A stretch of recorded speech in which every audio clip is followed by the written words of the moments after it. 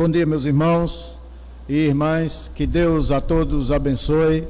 É um prazer muito grande poder estar reunidos com vocês nesta manhã, para juntos, a partir desse momento, também comungarmos daquilo que nós vamos ouvir e ver à luz da palavra de Deus, bem como daquilo que nós temos e que nos fará unidos na pessoa de Cristo Jesus, por meio de sua palavra, através do nosso padrão de fé, que é a nossa confissão de fé. E nesta manhã eu desejo compartilhar com vocês o capítulo 1, cujo tema Sagradas Escrituras, e expor para os irmãos o ponto 9. Confissão de fé, capítulo 1, ponto 9. Eu vou ler esse ponto e logo após passaremos às devidas reflexões e também apontamentos. Quando eu falo apontamentos, eu quero dizer aplicações para a minha, sua, nossa vida. Confissão de fé, 1689, capítulo 1, ponto 9, que diz assim: a regra infalível de interpretação das Escrituras é a própria Escritura. Portanto, sempre que houver dúvidas quanto ao verdadeiro e pleno sentido de qualquer passagem, sentido este que não é múltiplo, mas único, essa passagem deve ser examinada em confrontação com outras passagens que falem mais claramente acerca dos demais assuntos. Ponto meu.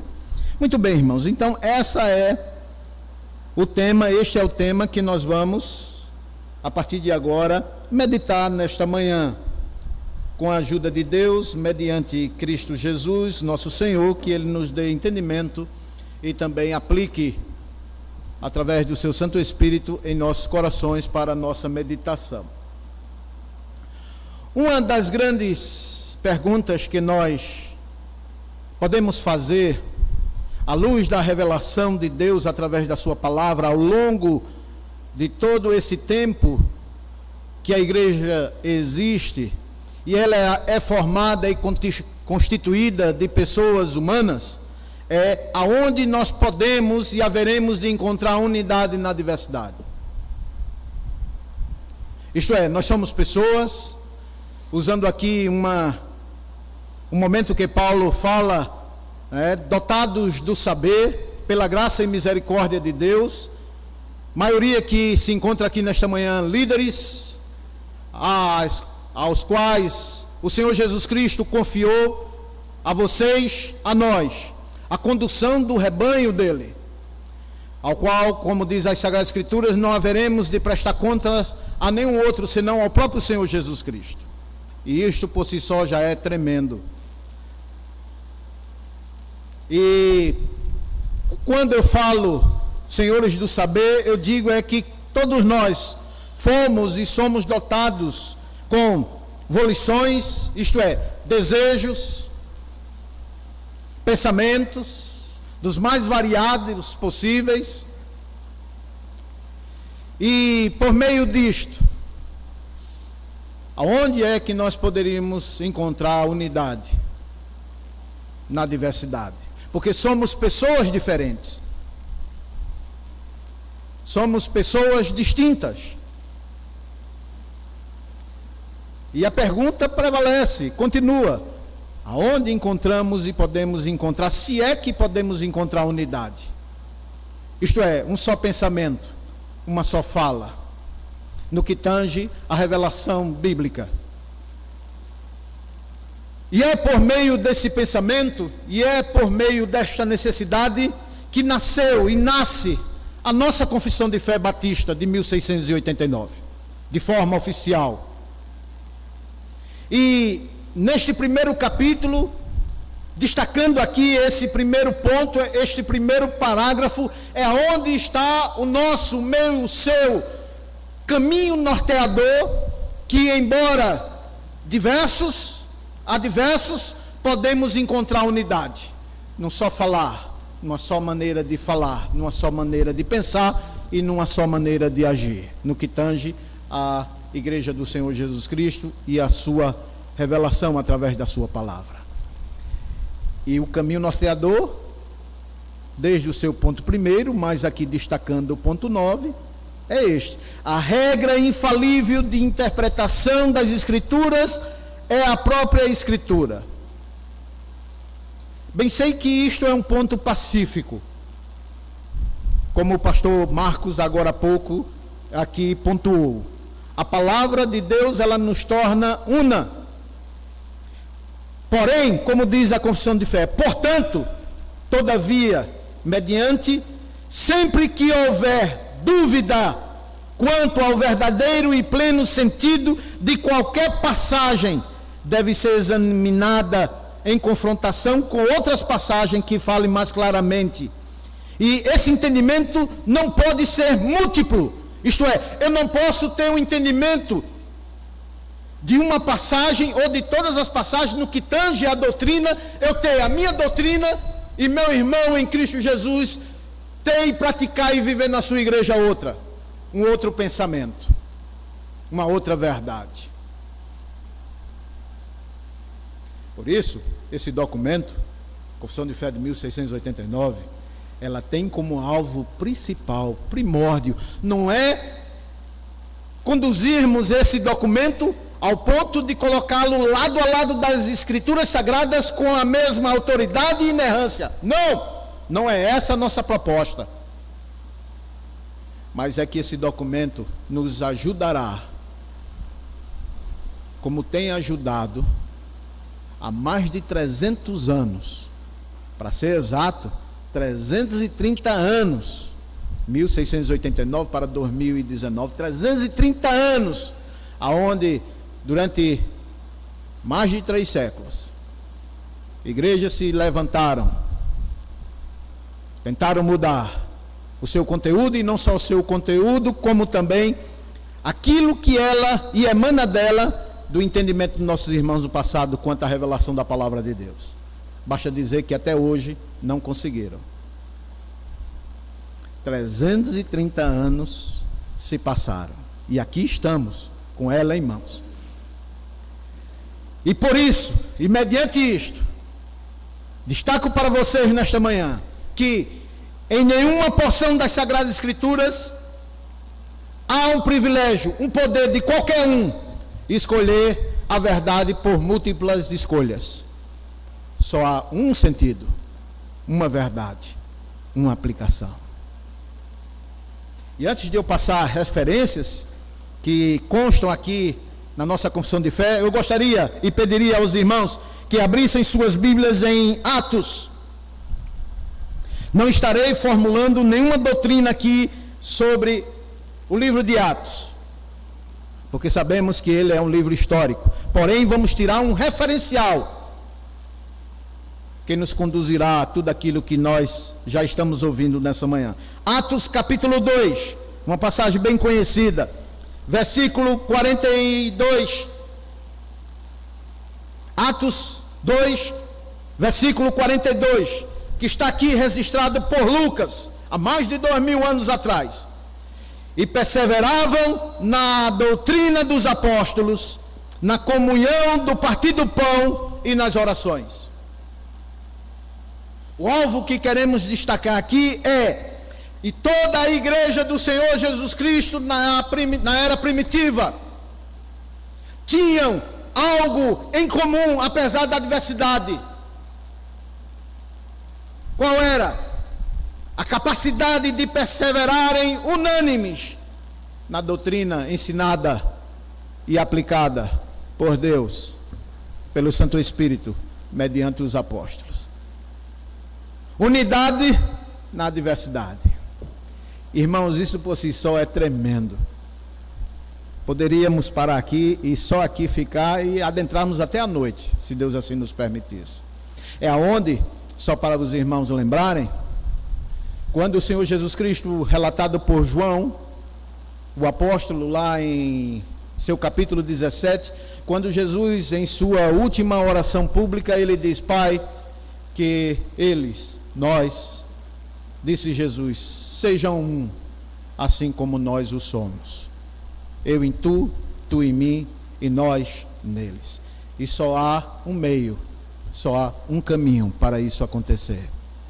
Quando, por meio da unidade, tivermos um só pensamento, uma só prática, à luz da revelação da palavra de Deus, mediante o auxílio e a ajuda dos documentos que nossa igreja, nossa denominação Batista Reformada produziu há mais de 300 anos atrás.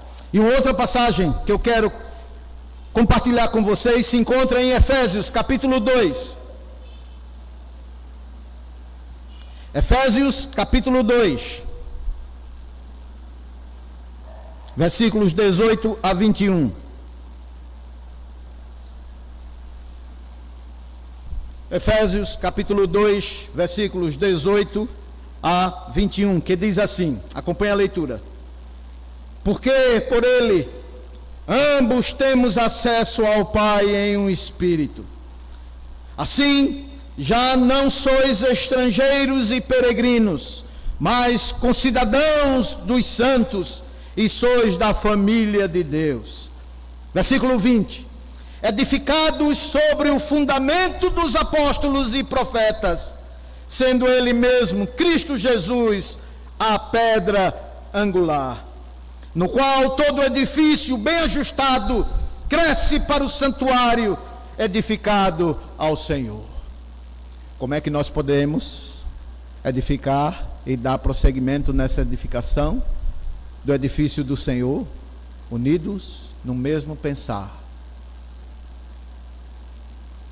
no mesmo falar, no mesmo crer, à luz das Sagradas Escrituras. Unidade na diversidade. Isso é tremendo. Isso é tremendo. E um outro texto que eu quero compartilhar com vocês. 1 Coríntios capítulo 15.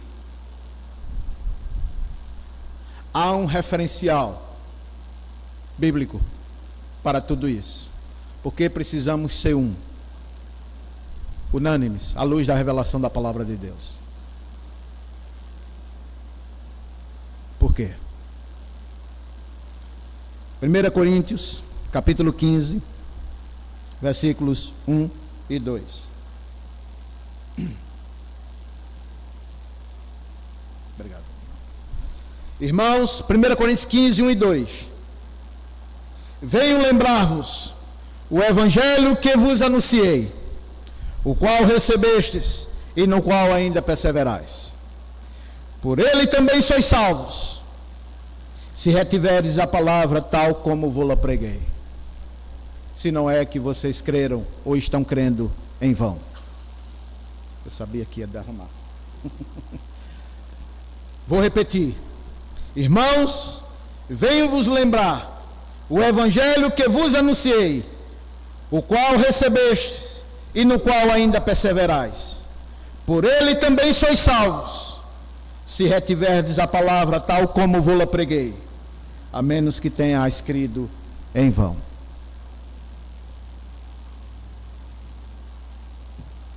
Vocês entendem o porquê da insistência das Sagradas Escrituras em termos uma unidade em doutrinas, no Evangelho? Temos ouvido ao longo de tantos anos, eu, vocês como ministros do Senhor, pessoas, igrejas, se referirem à possibilidade de salvação somente através da graça. E o texto-chave, a palavra de ordem é Efésios capítulo 2, verso 8 a 10. Pela graça sois salvos mediante a fé, e isto não vem de vós, é dom de Deus. Não vem de obras para que ninguém se glorie. É verdade que o alvo, o centro, é a manifestação da graça de Deus. Mas a graça, ela não só traz fé, ela traz um bojo completo.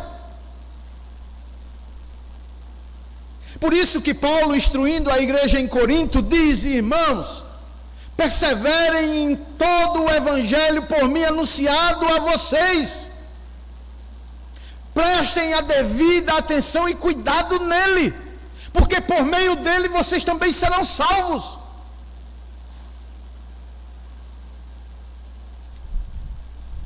Já deu para perceber a importância de unidade na adversidade, à luz da revelação da palavra de Deus.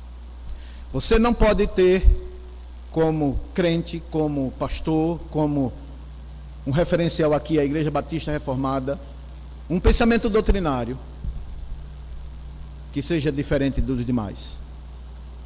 Não há essa possibilidade, não pode haver essa possibilidade. É disto que estamos tratando aqui. É por isso que esse ponto 9, agora direcionado a ele, diz: a regra infalível. Só aqui também poderíamos gastar longos minutos.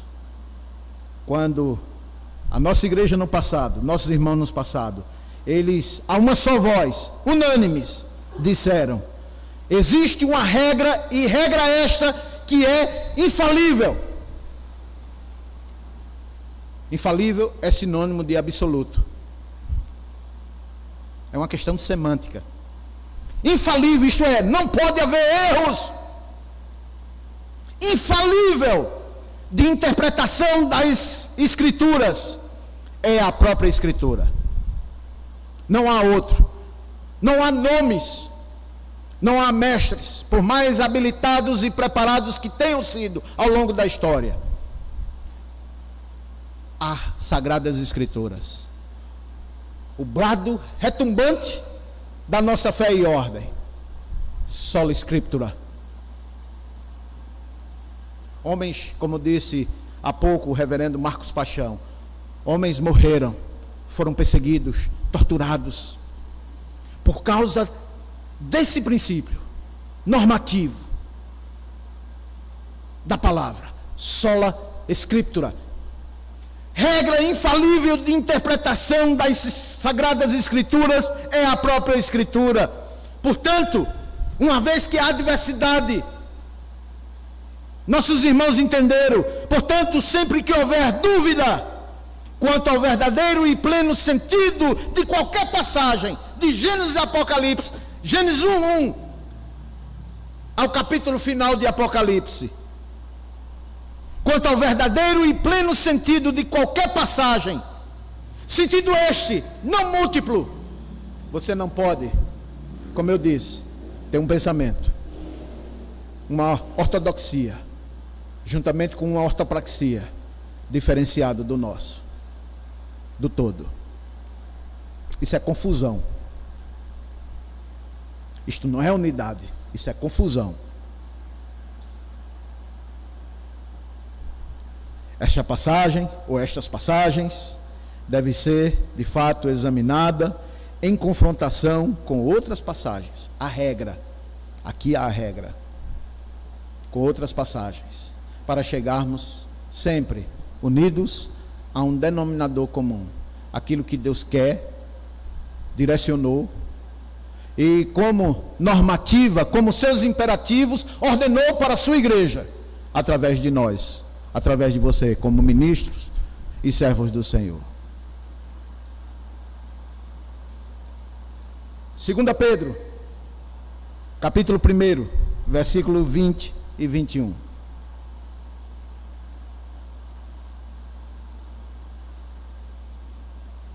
Segunda Pedro, capítulo 1, versículo 20 e 21. Sabendo primeiramente isto, que nenhuma profecia da Escritura provém de particular elucidação. Porque nunca jamais qualquer profecia foi dada por vontade humana. Entretanto, homens santos falaram da parte de Deus, movido pelo Espírito Santo. Quem escreveu isso foi Pedro. Pedro, nosso irmão amado. Quem já estudou, conhece algumas características de Pedro, logo nos os 3 anos que ele andou com Cristo, e depois o ancião, um homem audaz, capacitado, valente, também cheio de falhas. Era um ser humano igual a mim, igual a você, igual a nós. E no final de sua vida ele escreve o conteúdo que está registrado na sua segunda epístola. Sabendo primeiramente isto, que nenhuma profecia das Escrituras provém de particular elucidação. Isto é, a profecia aqui não se refere ao dom de revelação necessariamente falando, aos dons de profetas, no que tange prever o futuro ou anunciar o futuro. Não. Pedro está falando aqui de todo arcabouço doutrinário encontrado nas Sagradas Escrituras. Pedro está se referindo a todos os livros que hoje nós conhecemos como Antigo Testamento. Não é profecias faladas por profetas, mas a revelação geral de Deus, através de toda a Escritura. E Pedro reconhece isso, dizendo: porque nunca jamais qualquer profecia ou qualquer revelação da palavra de Deus, qualquer escrita, capítulo, versículo, livro da Bíblia, ela foi dada por vontade humana. Entretanto, homens santos falaram da parte de Deus, movido pelo Espírito Santo. É esse o conteúdo de referencial dessa passagem para o tema que estamos expondo aqui, do primeiro capítulo, Sagradas Escrituras, ponto 9. Corroboram com isso nossos irmãos, mestres do passado, que fizeram comentários acerca da nossa confissão de fé. Uma outra passagem, Atos capítulo 15, versículo 15 e 16. Lucas dizendo: conferem com isto as palavras dos profetas, como está escrito: cumprida estas coisas, voltarei e reedificarei o tabernáculo caído de Davi, e levantando de suas ruínas, restaurá-lo-ei. Olha como uma passagem registrada por Lucas, em Atos 15, ele referenda, ele dá luz, ele traz luz ao que Pedro falou na sua segunda epístola, capítulo 1, versículo 20 e 21. Os irmãos percebem isso? Perceberam isso? Eu não estou falando aqui de mim mesmo, mas como um referencial de Deus, um mandato de Deus, que sejamos um, muito embora sejamos diversos. Sejamos um.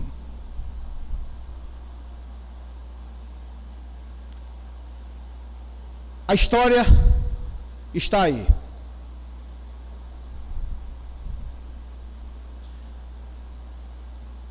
Homens santos, como disse aqui Pedro, falaram através das Sagradas Escrituras a vontade de Deus.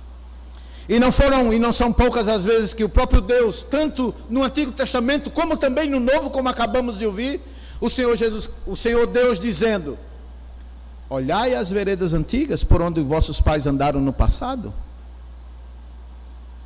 Lembram dessa passagem? Olhai, parem, preste atenção no passado. E tem pessoas, abrindo parênteses aqui e fechando, que diz assim: quem gosta de passado é museu, nós devemos seguir adiante. Pastores, eu já ouvi dizendo isso. Quem gosta de passado é museu. Precisamos viver o nosso século.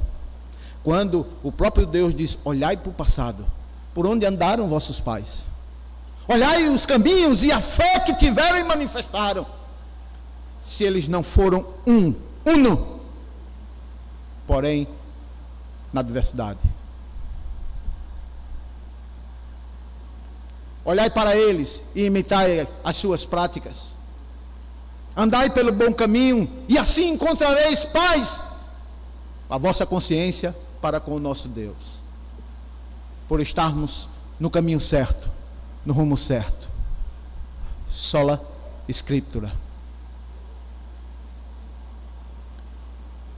No ponto 10 da nossa confissão, se diz o seguinte: o juiz supremo, pelo qual todas as controvérsias religiosas devem ser resolvidas, E todos os decretos e concílios, todas as opiniões de escritores antigos e doutrina de homens devem ser examinadas, e os espíritos provados.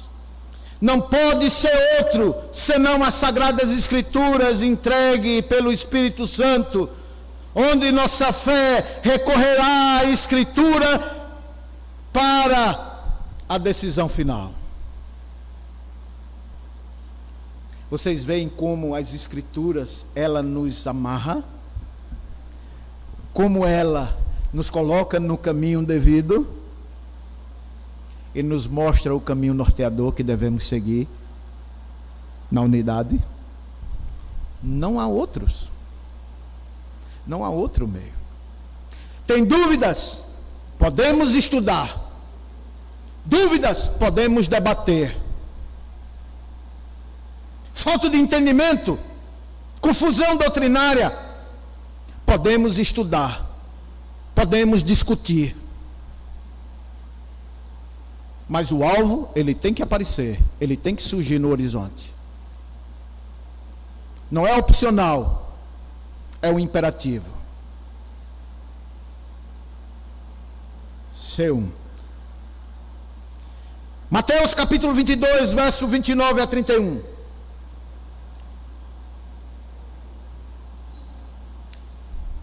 Mateus capítulo 22, verso 29 e o versículo 31.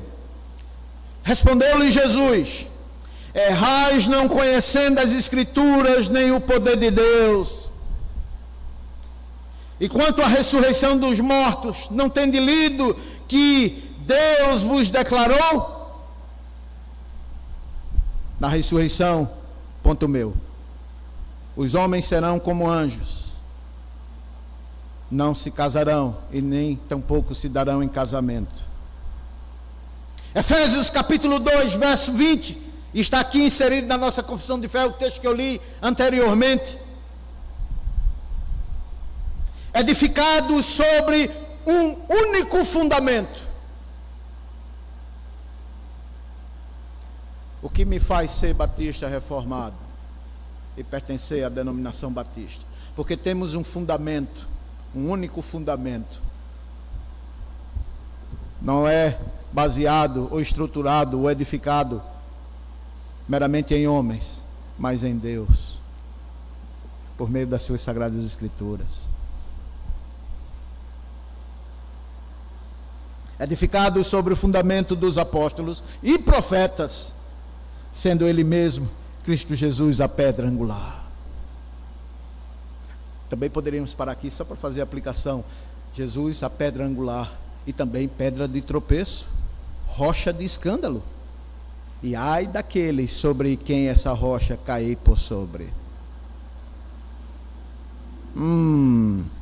Momento de reflexão. E para terminarmos, Atos capítulo 28, versículo 23. Também uma referência histórica dos nossos irmãos no passado. Havendo-lhes ele marcado um dia, vieram um grande número ao encontro de Paulo na sua própria residência. Então, desde a manhã até a tarde, lhes fez uma exposição em testemunho do reino de Deus, procurando persuadi-los a respeito de Jesus, tanto pela lei de Moisés, como por todos os profetas. Olha que maravilha. Paulo dando o exemplo do sola scriptura. Este homem que teve sua fé provada, não uma, duas, diversas vezes, como também faço novamente uma referência ao que o pastor Marcos Paixão falou logo cedo. Por amor a esta verdade, por buscar manter e trabalhar em prol dessa unidade, Paulo perdeu a cabeça, literalmente, não o juízo, mas a cabeça. Pedro, segundo a tradição, foi crucificado porque desejou, em meio a uma manifestação de honra, de não ser achado digno até mesmo de morrer como seu Senhor morreu. Ele fez um último pedido em vida, que eu seja crucificado de cabeça para baixo. Homens foram jogados aos leões, às bestas feras do campo. Tudo isso em nome dessa unidade, em nome dessa verdade. Para que sempre, sempre o povo de Deus, os eleitos de Deus, sejam uno, sejam um na diversidade. Para que isto, irmãos, não seja mais um mero babosear de palavras, um mero gastar de tempo em falar, uma grande percepção, uma grande aplicação precisamos aqui ressaltar, precisamos destacar. Eu sei que todos nós cremos na palavra de Deus. Estamos aqui nesta manhã de sábado, querendo aprender mais, querendo e buscando instrução acerca do que Deus tem revelado na sua palavra. Isto é, doutrinas.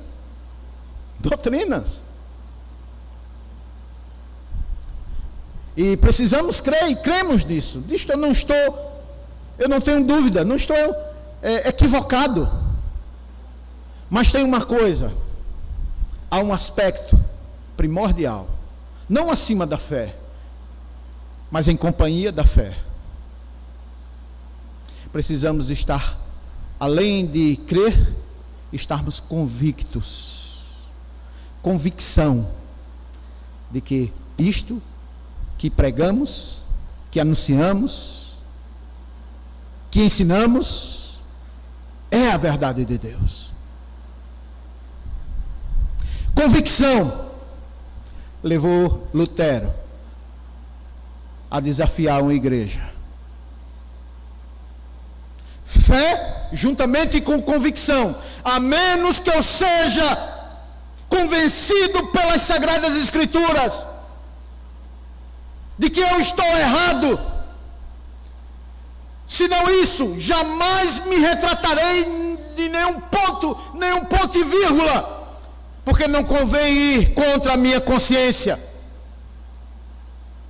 Se eu não for convencido pelas Sagradas Escrituras, tendo em vista que eu não aceito pensamento e tradição humana, mas aceito e me quedo diante da autoridade da palavra de Deus, não me retrato e jamais me retratarei de nada. Isso é convicção ou não? Como eu disse, eu posso passar aqui compartilhando a palavra de Deus até a noite chegar. Convicção, fé unida à convicção. Assim teremos de fato unidade, muito embora sejamos diferentes como pessoas. Então, irmãos, essa é a palavra, na verdade, uma reflexão que trazemos nesta manhã para juntos compartilharmos a luz da palavra de Deus e que Ele nos leve, conforme Ele tem, por isso estamos aqui reunidos, a esse caminho, a esse princípio normativo da palavra, pela palavra, com a palavra, agora e para todo sempre, em nome de Jesus. Amém.